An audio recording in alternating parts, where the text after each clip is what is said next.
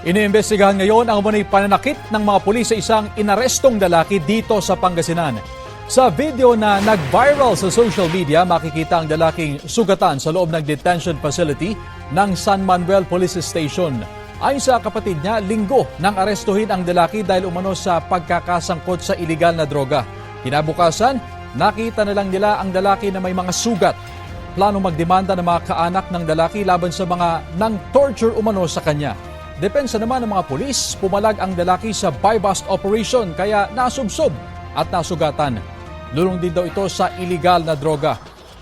Nirelibo na sa pwesto ang hepe ng San Manuel Police at ang arresting officer para bigyang daan ang investigasyon. Pinoproseso na rin ng pulisya ang posibleng pagsasampa ng kasong cyber libel laban sa uploader ng video. Kapuso, alamin ang maiinit na balita. Bisitahin at mag-subscribe sa GMA Integrated News sa YouTube.